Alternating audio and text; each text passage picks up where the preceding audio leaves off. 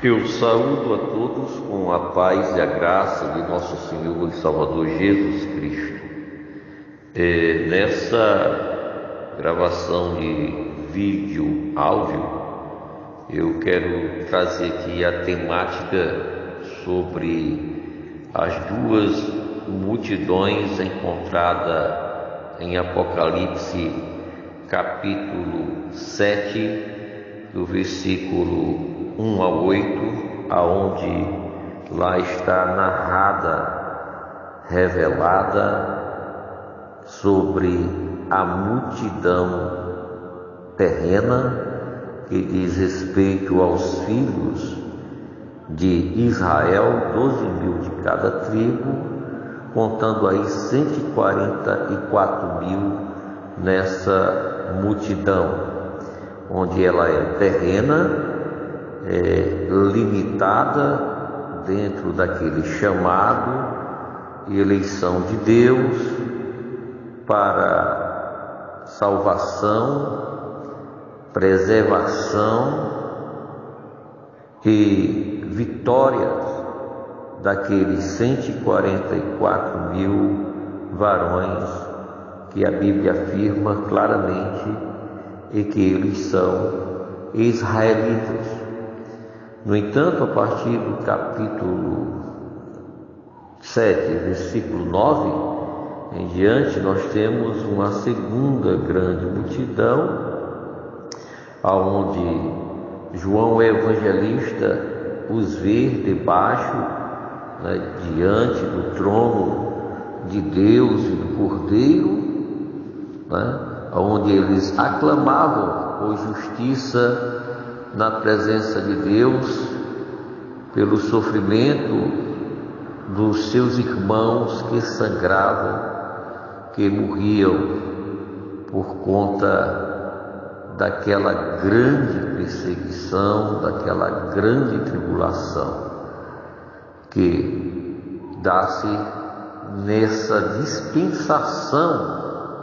dispensação da período tribulacional.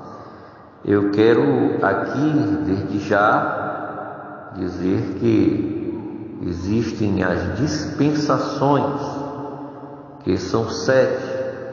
Eu vou fazer menção aqui de duas delas: a dispensação da graça, destinada única e exclusivamente para a igreja de nosso Senhor e Salvador Jesus Cristo, formada por gentios, e dentre estes gentios, neste período pré-tribulacional, há sim uma pouca participação de alguns judeus que viram, ouviram e creram na pregação do Evangelho, aceitando, confessando a Cristo Jesus como seu único e suficiente Salvador, ficando assim participante da dispensação da graça, ou seja, onde a igreja ela está isenta daquela grande perseguição tal nunca vista, aquilo que é citado pelo próprio Senhor, pelo apóstolo Paulo, dentre outras passagens bíblicas, aonde fazem menção, apontam, afirmam que a igreja de hoje, a igreja do período da graça, ela não participará do período da grande tribulação, visto que as promessas para a igreja são promessas celestiais, são promessas que o próprio Senhor Jesus, constituindo ali os 12 apóstolos da igreja, os 12 apóstolos que foram chamados para dar continuidade à sua igreja aqui na terra, o Senhor Jesus Cristo, ele mostra claramente aos seus seguidores que todos aqueles apóstolos, eles eram de origem judia, né? Eles eram verdadeiros israelitas, inclusive o apóstolo Paulo, né? No entanto, a igreja de Jesus, para aqueles dias da igreja primitiva, uma pequena parte, né, dos judeus, dos israelitas, confessaram e professaram a fé cristã, abandonando aí a religião judaica, com os seus costumes, com as suas tradições, encontrada na lei dessa mesma religião. Esta religião judaica, o judaísmo, ela foi constituída por Deus, quando Deus chamou Moisés da terra do Egito e lá no Monte Sinai entregou ali as 2 tábuas contendo os 10 mandamentos de ordenanças de Deus, que é chamado também de decálogo da lei. No entanto, foi dado aí continuidade, né? Digamos que o cristianismo, aquela igreja cristã que Cristo Jesus fundou, ela veio do judaísmo, né? Onde o mesmo Senhor Jesus Cristo cumpriu com todas as leis de ordenanças de Deus, com todas as leis morais deixadas por Deus, também com toda a lei cerimonial, com a lei das cerimônias e também com as leis cívicas ou civis, né? A lei de Deus é uma só, mas ela tem 3 caracteres, né? Leis de ordenanças, né? De ordem moral, leis cerimoniais, onde eram feitas as oferendas, as ofertas e o ritual, né? De sacrifícios diante do altar da casa do Senhor, ali na porta ali do átrio exterior, adentrando o tabernáculo, que era o lugar santo, onde estava ali o altar do incenso, onde estava ali a mesa dos pães asmos, onde ali estava o candelabro com as 7 taças de ouro, né, que queimava com azeite de noite e de dia, e juntamente com a oração dos sacerdotes levitas. Existia também uma segunda parte do antigo tabernáculo, ou terceira parte, né, aonde estava ali, era o lugar santíssimo, separado do lugar santo por uma cortina, né, uma verdadeira obra de arte, né, uma verdadeira riqueza e glórias para o Senhor, né, atribuídas ao Senhor, que separava o lugar santo do lugar santíssimo, aonde ali estava a arca do tesouro, com aí 2 imagens de 2 querubins, né, aonde uns estavam com o rosto virado um para o outro.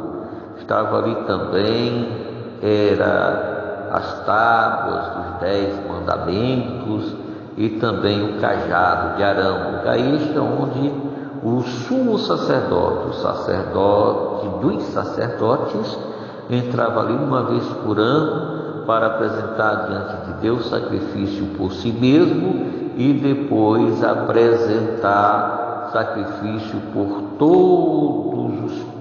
todas as tribos do povo de Israel, né? Caso ele estivesse indigno, né, era amarrado uma corda sobre o mesmo, e caso ele estivesse indigno de adentrar no lugar santíssimo, ele seria fulminado, morto, né, no mesmo instante. A ira de Deus caía sobre esse sumo sacerdote e ele morria. No entanto, a verdade é que por Jesus cumprir com todas essas leis, né? Leis de ordenanças de Deus, de ordem moral, leis cerimoniais e leis cívicas, né? Saindo assim de dentro do judaísmo, o cristianismo.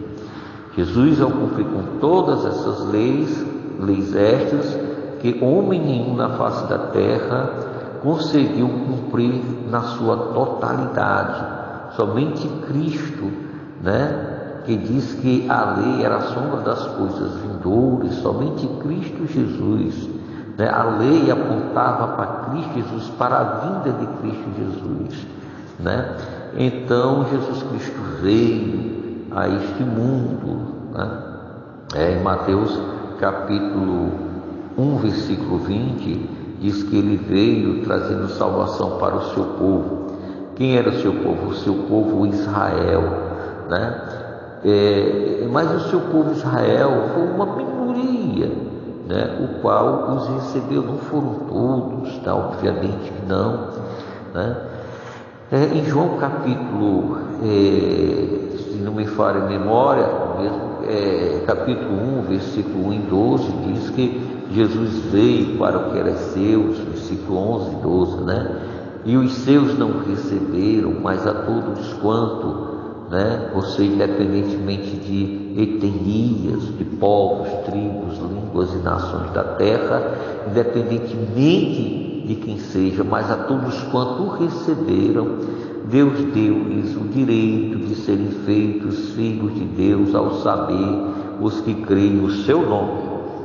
Dentro dessa perspectiva, né, é provável, né, aí que Cristo Jesus, que é o Cordeiro de Deus que tira o pecado do mundo, de João capítulo 1, né, ele é o Cordeiro de Deus que tira o pecado do mundo.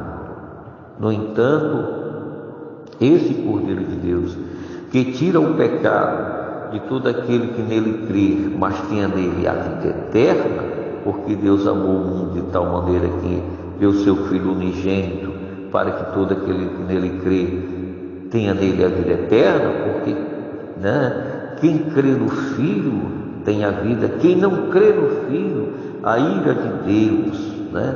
O período tribulacional, da grande tribulação, do Apocalipse, do Senhor Jesus Cristo, né? A ira de Deus sobre ele, sobre esta pessoa que não confessa, que não segue a Cristo Jesus, que não o recebe como seu único e suficiente Salvador, que não atende o seu chamado, lá de João capítulo 10, versículo 27 ao 30, que diz que as minhas ovelhas ouvem a minha voz, eu as conheço e elas me seguem, porque são minhas ovelhas, né? No entanto, né, ele diz e claramente que meu Pai que a mais deu é maior do que todos, e ninguém as arrebatará das minhas mãos e nem das mãos do meu Pai, né? Jesus diz que elas conhecem a minha voz e seguem-me porque são minhas ovelhas. Eu sou o bom pastor que dou a minha vida por amor da igreja. João 10:10. No entanto, Jesus Cristo, ele é o fundador, né, e o cabeça da igreja. Ele é o fundamento, o alicerce, e é o cabeça da igreja, né? Lá nos evangelhos de Mateus, quando nós vemos ali Cristo Jesus curando as multidões, né, curando olhos de cegos, mancos, ressecados, leprosos, era ressuscitando até mesmo mortos. As multidões buscavam Jesus Cristo pelos sinais, os prodígios e as muitas maravilhas, né, as quais ele operou e operava, né? As multidões o cercavam, rodeavam para ouvir a sua palavra. No entanto, quando Jesus adentrou no ensinamento da sã doutrina, no ensinamento do arrependimento, do abandono dos seus pecados, da sua vida despromíscua para com Deus. Aquele povo foram saindo, foram embora, restou só Jesus e os discípulos. Aí Jesus pergunta para eles, se eles não querem, os discípulos não querem ir após aquela multidão que o abandonou de forma tão ingrata, pois elas estavam interessadas em outras coisas, menos em se arrepender dos seus pecados e de servirem a Deus. Dentro dessa perspectiva da pergunta de Jesus, Pedro levanta-se e diz: Mestre, aonde iremos e a quem seguiremos, se somente em ti as palavras de vida eterna?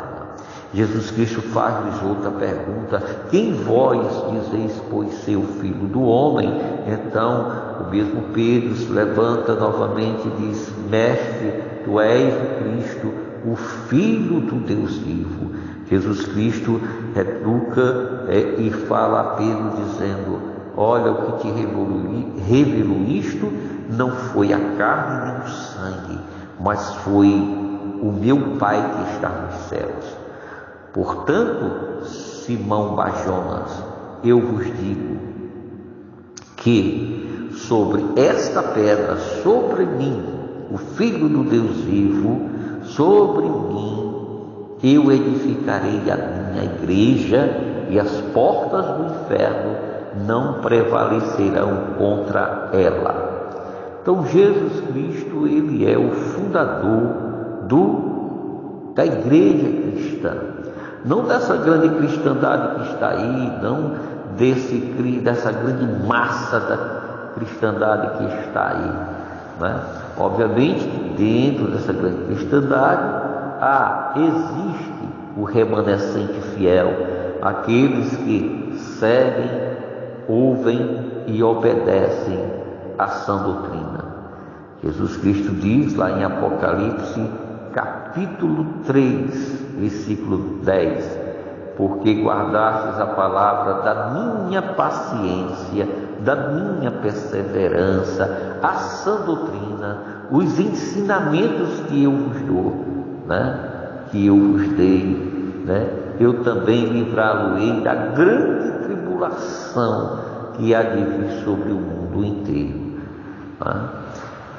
Mas, muito bem, sobre esta grande multidão de Apocalipse, capítulo 7, versículos 1 ao 8, e Apocalipse, capítulo 7, do versículo 9 em diante, ali dá-se, e é mencionada duas grandes multidões, uma com as promessas terrenas, e outra com as promessas, celestial. Uma João a viu no céu, outra João a vê na terra. São duas grandes multidões, e há diferença entre essas duas grandes multidões, como há uma grande diferença entre as interpretações pré-tribulacionistas e as demais interpretações, tanto preterista como pós-tribulacionista, como mid-tribulacionista, como também a interpretação modalista e assim sucessivamente. No entanto, eu quero deixar aqui Mateus 24, versículo 9, iniciando aqui a abordagem sobre a igreja verdadeira, aquelas duas grandes multidões mencionada ali em Apocalipse capítulo 7, que diz assim, Mateus 24, versículo 9: então sereis entregues à tortura, vos matarão e sereis odiados de todas as nações por causa do meu nome.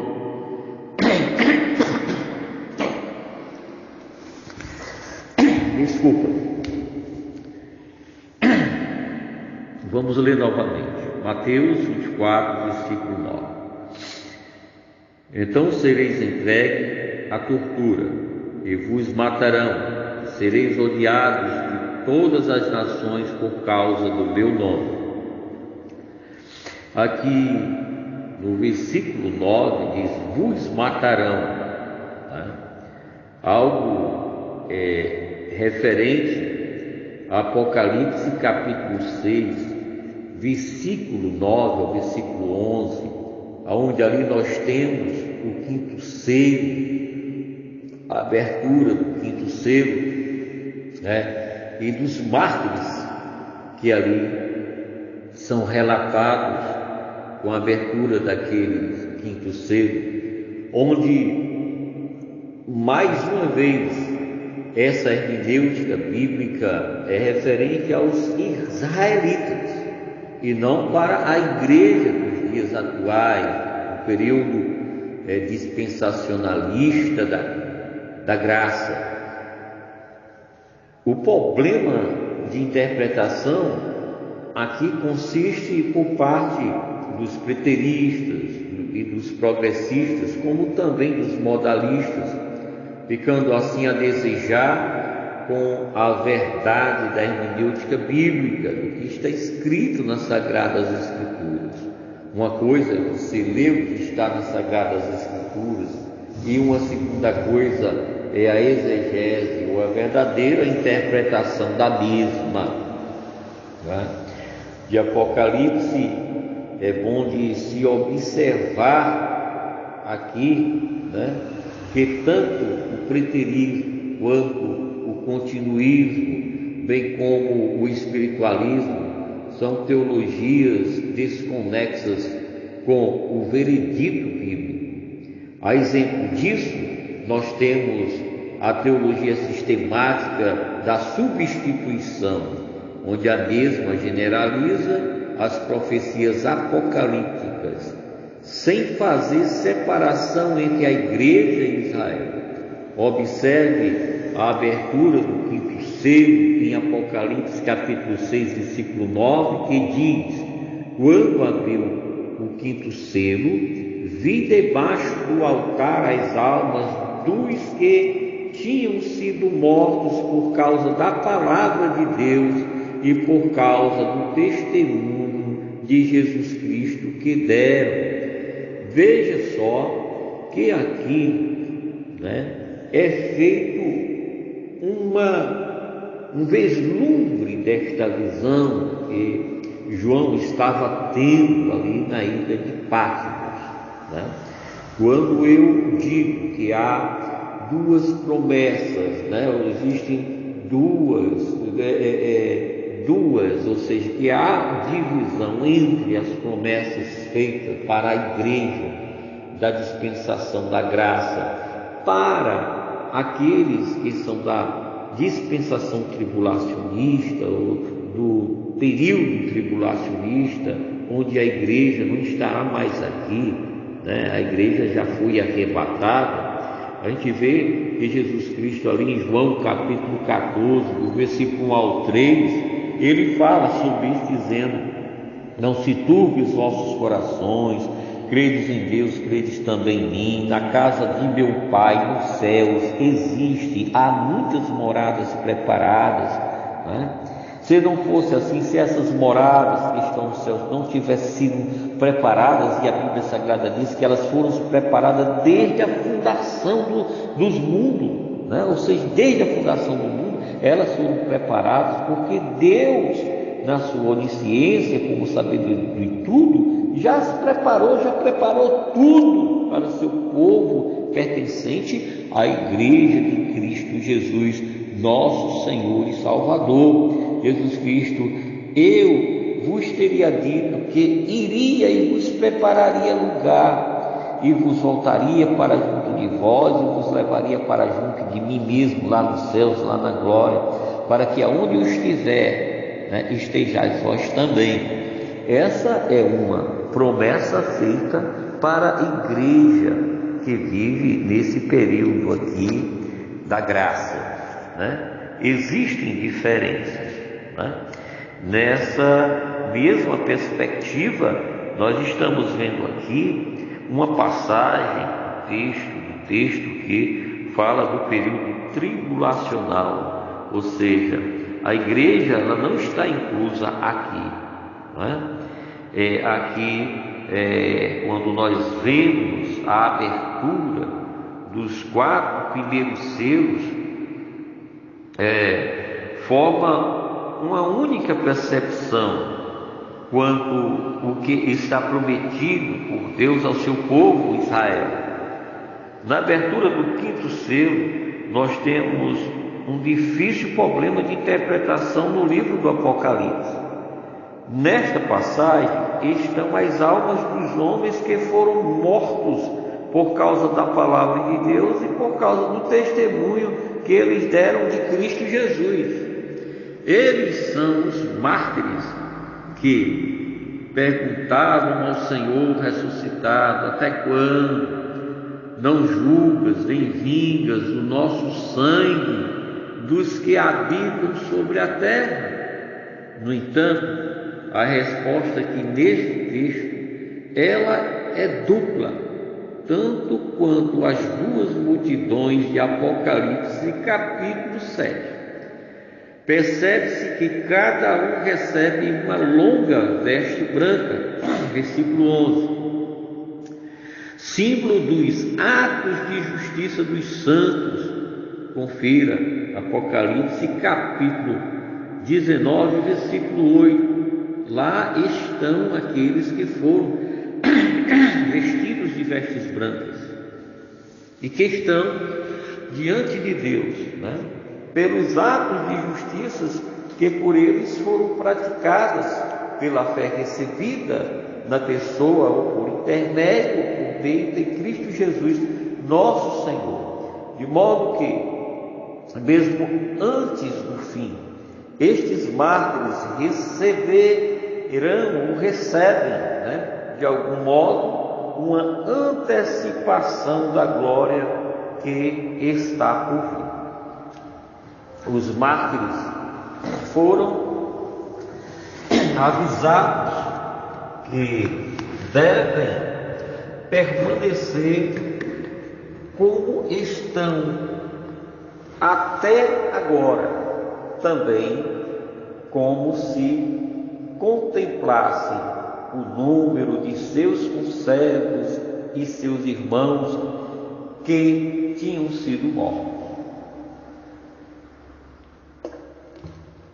Embora não seja especificado em que tempo esses mártires devem ser colocados, mas no 6º selo certamente fala de forma tamanha, né, essas visões que João tem no céu, que jamais foram vistos por outros, né, na história do judaísmo, ali com os profetas, né, e também contemplados pelos apóstolos, a não ser o apóstolo João, que recebe esta visão, né, mas que acontecerão no fim desta dispensação tribulacional. No fim desta dispensação tribulacional acontecerá tudo isto que o apóstolo João está vivenciando ali, né? Quando arrebatado no Espírito, ele é levado até a presença de Deus e recebe toda esta visão. O interessante é que, de acordo com os acontecimentos proféticos, eles são os que sofrem, e esta multidão, né? Ou seja, eles são os que sofreram, eles são os mártires dos dias precedentes, né? Que precederam o período tribulacional e também no período da grande tribulação que haverá de vir sobre o mundo inteiro.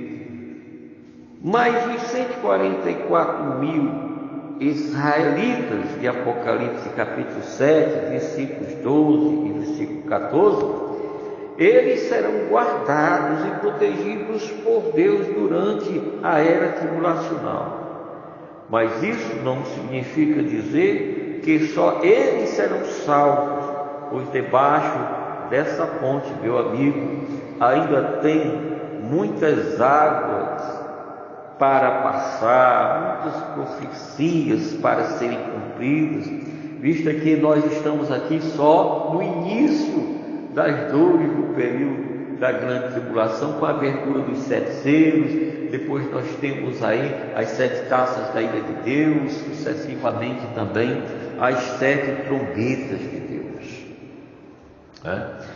Muitos gentios serão perseguidos, presos, torturados, mortos, como também israelitas também sofrerão os mesmos danos, mas serão salvos, onde eles não fazem parte dos 144.000, mas são todos contemporâneos.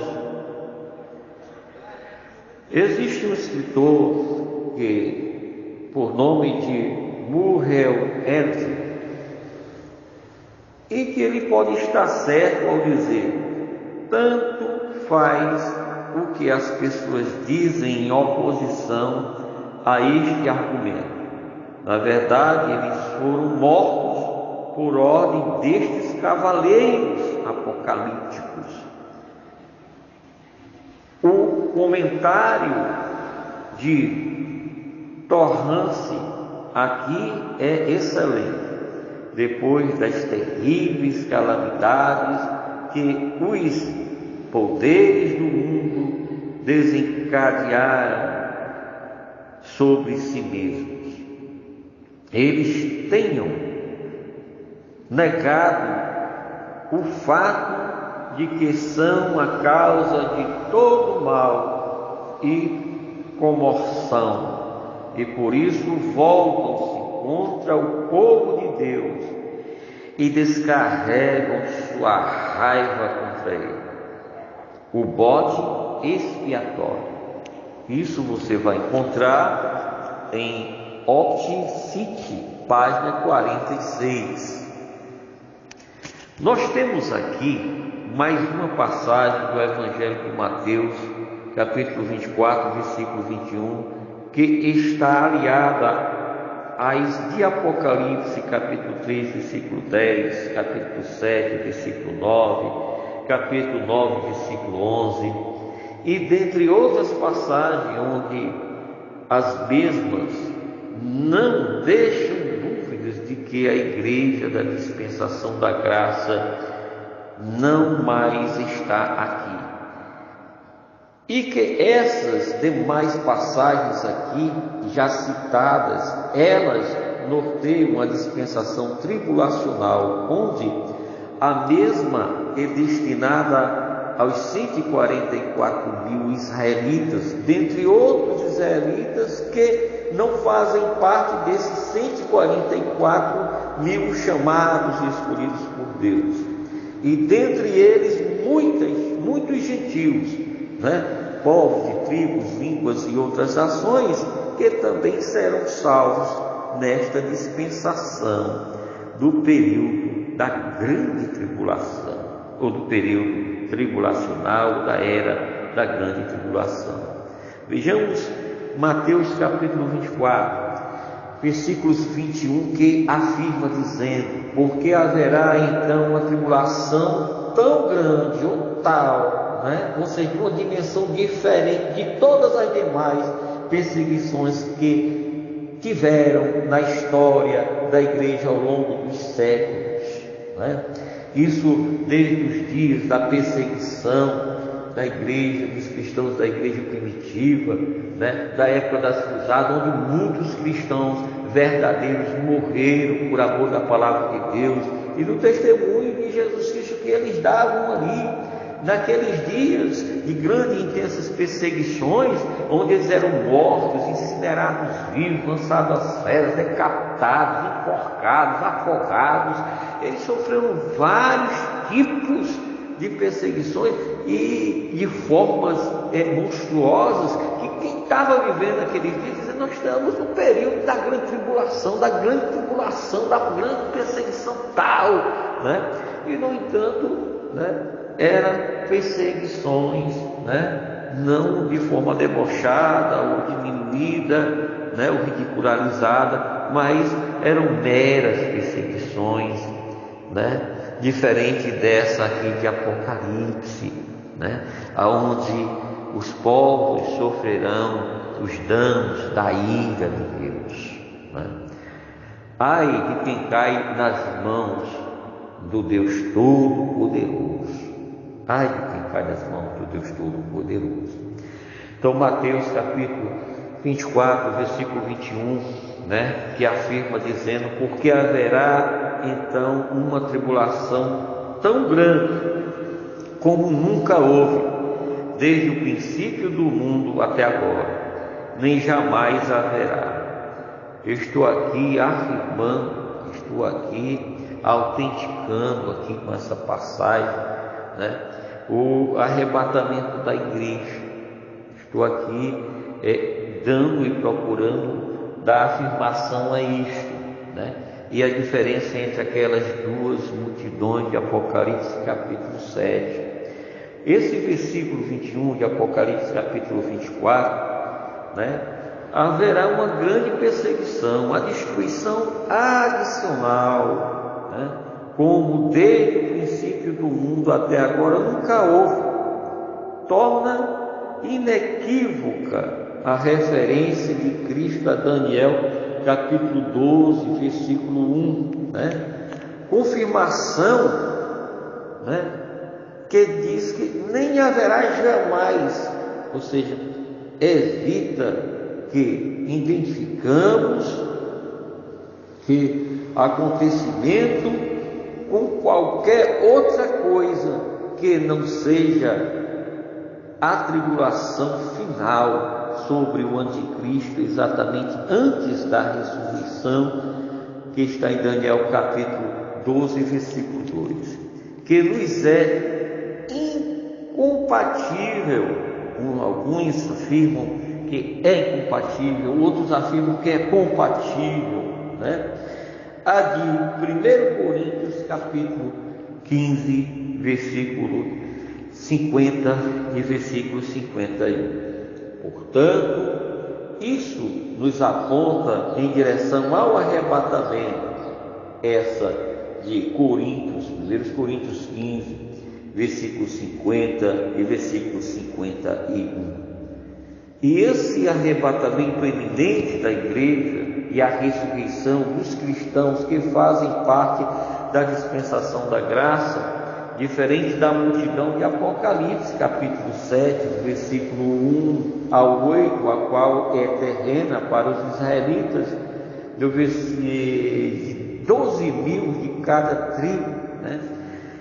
Já a partir de Apocalipse, capítulo 7, versículo 9, essa multidão é uma visão celeste, onde todos os povos, tribos, línguas e nações fazem parte do período daqueles que foram mortos na dispensação da grande tribulação, o que é diferente daqueles ressuscitados para o arrebatamento eminente da igreja de Cristo Jesus, o qual não passará por essa grande tribulação, que há de vir sobre o mundo inteiro, de Apocalipse capítulo 3, versículo 10. E dentre outras passagens bíblicas aqui já citadas, né? No entanto, a teologia pré-tribulacionista é que de fato melhor responde aos problemas de hermenêutica bíblica, o que na verdade faz confusão na cabeça do preterismo e demais teologias desconexas com as verdades das Sagradas Escrituras. Conclusão. No entanto, só para concluir, os equívocos dos sistemas teológicos são diversificados. O preterismo crê que o Apocalipse já foi realizado para os dias da igreja primitiva, né? Para os dias também lá das cruzadas, apesar de haver divisão de interpretação entre eles. Os preteristas, eles se dividem nas suas interpretações quanto ao Apocalipse. O modalismo continuista, esse modelo continuista, diz crer que o Apocalipse já está em pleno andamento nos cumprimentos proféticos para os nossos dias, onde eles já vivem o pós-tribulacionismo, onde os mesmos praticam a teologia da substituição. Eles também estão divididos quanto a essa interpretação. A terceira escola é a modalista, onde a mesma espiritualiza as Escrituras Sagradas, afirmando de forma absurda o que é literal e espiritual. Essa teologia surgiu no século XVII com alguns segmentos religiosos da fé cristã. Muitas dúvidas de problemas teológicos surgiram nesta época, que repercute até os nossos dias. Já no século XIX, deu-se o sionismo, que foi constituído pela ONU, a formação do novo Estado de Israel, onde o voto Minerva do brasileiro Oswaldo Aranha fez a grande diferença, e assim foi aprovado a volta dos israelitas à sua pátria, cumprindo a palavra profética de Deus pelo profeta Isaías, que diz: poderia em um só dia Deus suscitar o seu povo, uma nação, trazer a sua existência? E assim Deus cumpriu com a sua promessa feita a Abraão, a Isaque e a Israel. Seus servos, os pioneiros na fé.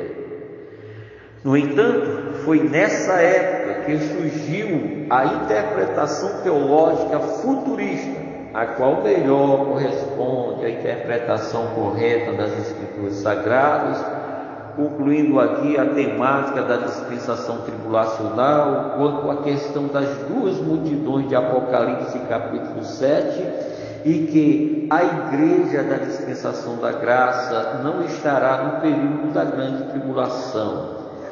E eu também quero aqui reforçar esta afirmação, citando Mateus 24, 29, que nos diz: logo depois da tribulação, daqueles dias, escurecerá o sol e a lua não dará a sua luz, as estrelas cairão do céu e os poderes do céu serão abalados.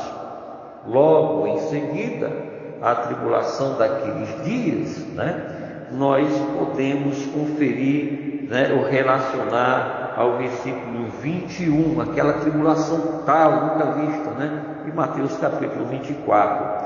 Nenhuma referência foi feita aqui, em Mateus capítulo 24.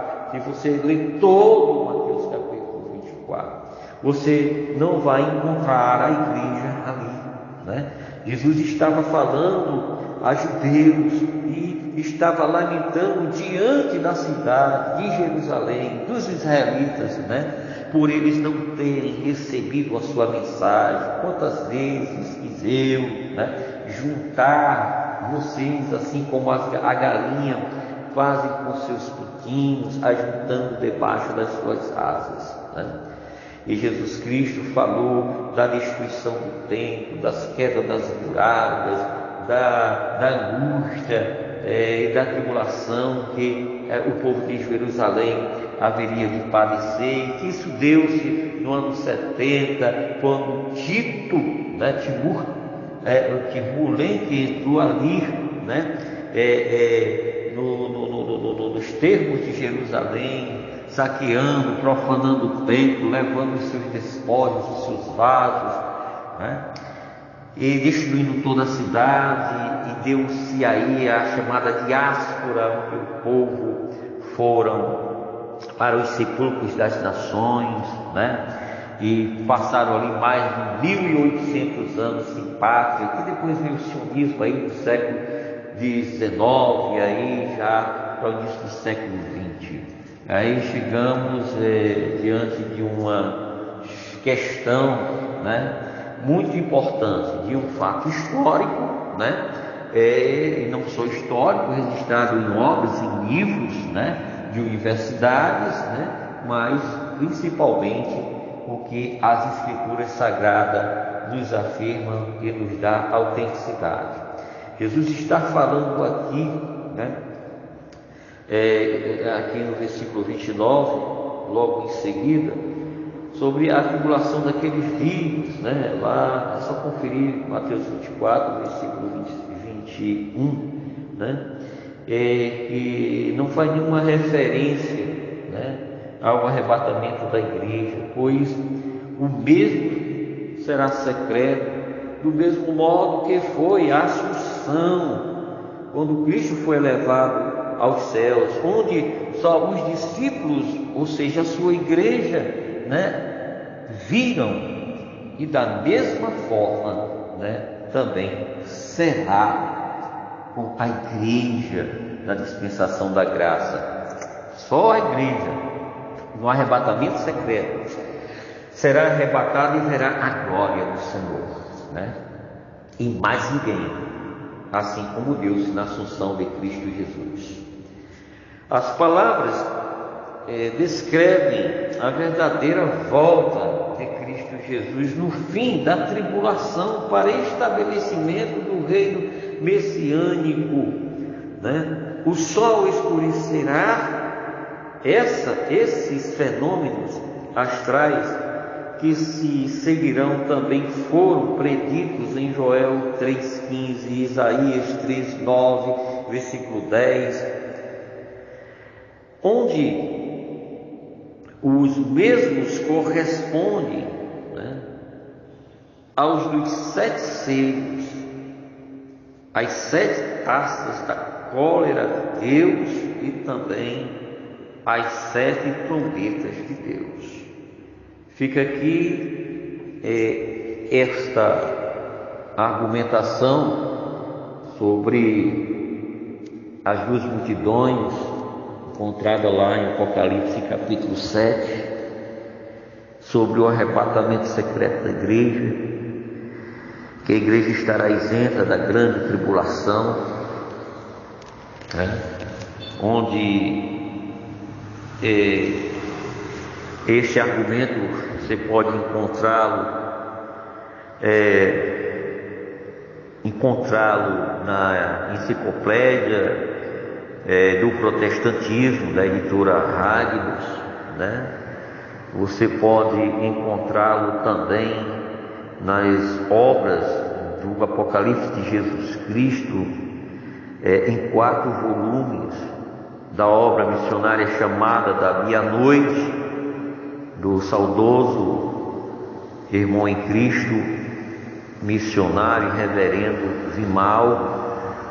Você pode também encontrar essas passagens, né, esses assuntos aqui referente ao arrebatamento secreto, né, e aos fatos históricos, né, em outras obras que valorizam e acaloram este assunto aqui em pauta. Fico agradecido a todos que estão a ouvir, né? E estarei gravando uma segunda mensagem de vídeo áudio, né? Que dá continuidade a este assunto das duas multidões de Apocalipse capítulo 7, trazendo aí as referências bíblicas de 1 Tessalonicenses capítulo 2, capítulo 4, de Éfesos capítulo 5, Éfesos capítulo 2, né? Dentre outras passagens como Colossenses capítulo 1 e 2, capítulo 3, né?